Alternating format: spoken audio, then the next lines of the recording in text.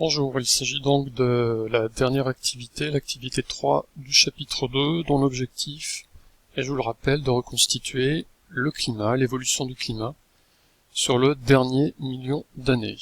Donc, la première activité nous a montré en quoi les grains de pollen pouvaient nous permettre de reconstituer ces climats. L'activité 2 nous a montré en quoi l'étude des glaces le permettait, et dans cette dernière activité, on va s'intéresser aux foraminifères. Alors ces foraminifères, ce sont des animaux constitués d'une seule cellule que l'on trouve en très grande quantité dans les milieux marins. Donc ils sont extrêmement petits, de quelques microns, parfois on peut les visualiser à l'œil nu, ils font quelques millimètres, et en fait on les trouve à l'intérieur de coquilles qu'on appelle des testes, T-E-S-T, qui sont constituées en fait de carbonate de calcium. Alors on les trouve en grande quantité dans les sédiments marins, c'est là qu'on va les récupérer, et ils sont notamment de bons indicateurs de l'environnement dans lequel on les trouve. En grande quantité, une étude a montré, en réalisant des pièges à sédiments, que par jour, sur 1 mètre carré, c'est environ 100 à 200 tests, donc un test étant la coquille du foraminifère, c'est de l'ordre de 100 à 200 tests qui se déposent tous les jours sur 1 mètre carré de sédiments. Ces foraminifères font donc partie du plancton.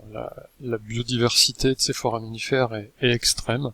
En voici quelques échantillons avec des globigérines, des globotronchana, peu importe les termes. Alors dans l'activité 2, on s'était intéressé au delta O18 de la glace. Là, on s'intéresse au delta O18 des foraminifères. Alors l'oxygène, où se trouve-t-il dans le foraminifère?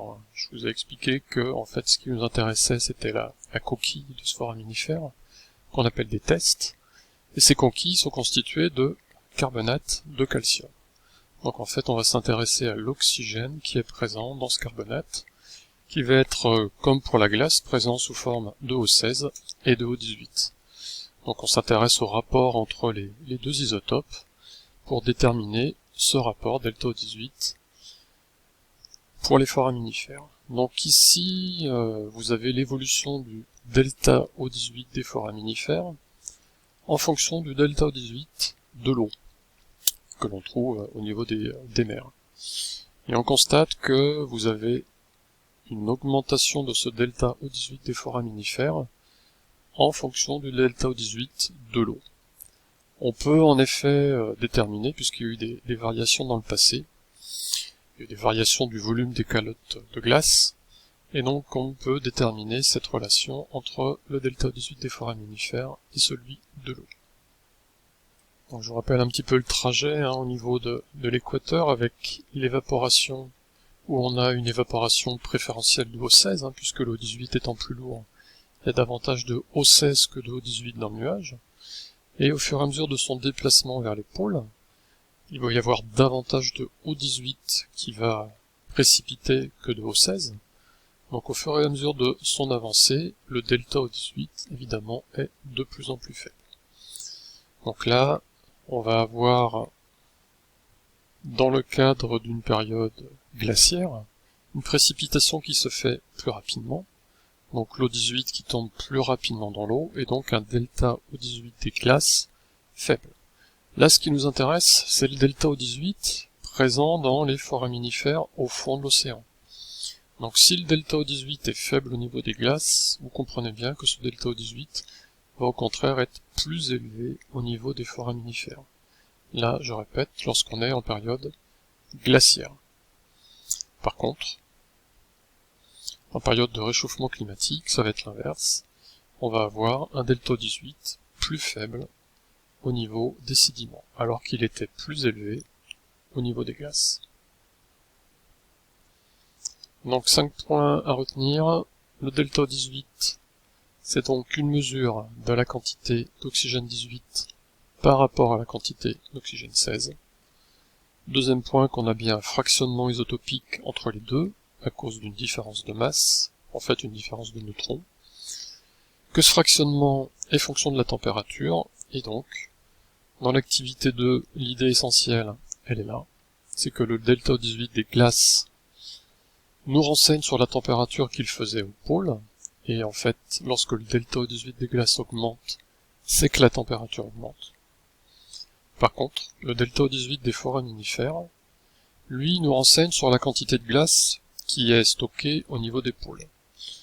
On a vu juste ici que le delta O18 des foraminifères augmente avec celui de l'eau océanique. Donc il est évidemment fonction du volume des calottes. Donc le delta O18 des foraminifères nous renseigne sur la quantité de glace qui est stockée au niveau des pôles. Quand il augmente, ça veut dire qu'il y a plus de glace au niveau des pôles, et donc en fait qu'il fait plus froid.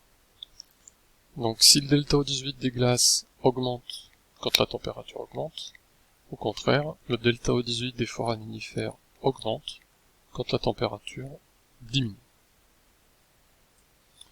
Alors quelques diapositives pour illustrer donc le TP que évidemment on ne fera pas, des échantillons en fait qui ont été prélevés, qu'on a pu récupérer, prélevés par carottage au cours d'une campagne en 2008 par ce bateau, le Marion Dufresne. Donc des carottages qui ont été réalisés à différents degrés, différentes latitudes, dans des zones plus ou moins froides, et donc on y récolte des sédiments avec ce type de matériel.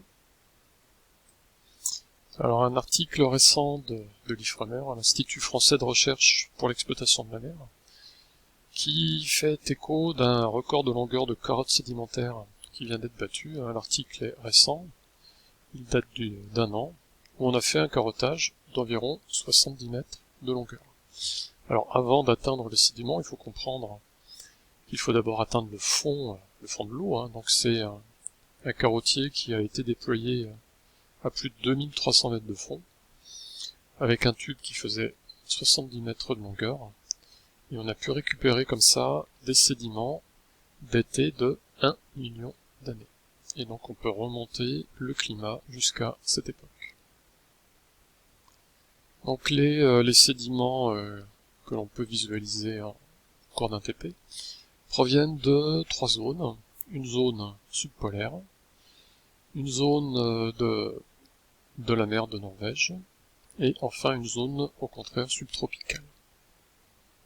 L'objectif étant, à partir d'une planche de détermination de quelques microfossiles, de quelques foraminifères, d'identifier les espèces, et évidemment, vous le devinez, si vous trouvez cette espèce, des globigérines par exemple, que aujourd'hui on va trouver dans des provinces plutôt chaudes, subtropicales et tropicales, d'en déduire, si vous trouvez les mêmes il y a 100 000 ans, et bien d'en déduire qu'il y a 100 000 ans, en appliquant le principe d'actualisme que la température était également chaude.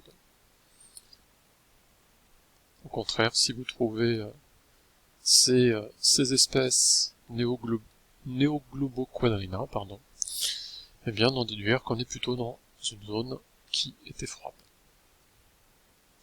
Et donc l'étude de ces sédiments nous permet d'observer qu'au niveau des latitudes tropicales, on va trouver un sédiment très riche en microfossiles avec une biodiversité qui est vraiment importante, et beaucoup notamment de globigérines.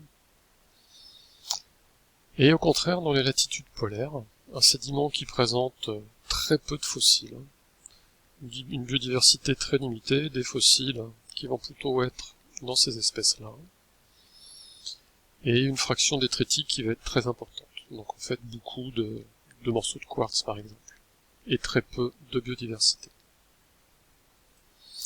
Alors ce document classique que vous lisez de la gauche vers la droite, toujours en allant du plus ancien vers l'actuel, où vous avez le delta O18, attention des foraminifères, et les écarts de température.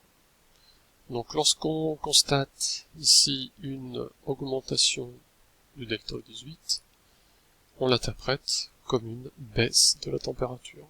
Donc je vous rappelle que lorsque le delta O18 des glaces augmente, c'est que la température augmente. Par contre, lorsque le delta O18 est foraminifère, et c'est ça qui nous intéresse ici, c'est que la température diminue. Donc bien faire attention dans un sujet si vous avez affaire à un delta O18 des glaces ou un delta O18 des foraminifères. L'intérêt, c'est qu'on constate, au même titre que l'étude du delta O18 des glaces, que l'on a des cycles, environ 200 000 ans, et ça depuis les 800 000 dernières années. On a ces cycles de 100 000 ans avec des phases de refroidissement qui se font lentement et des phases de réchauffement rapide.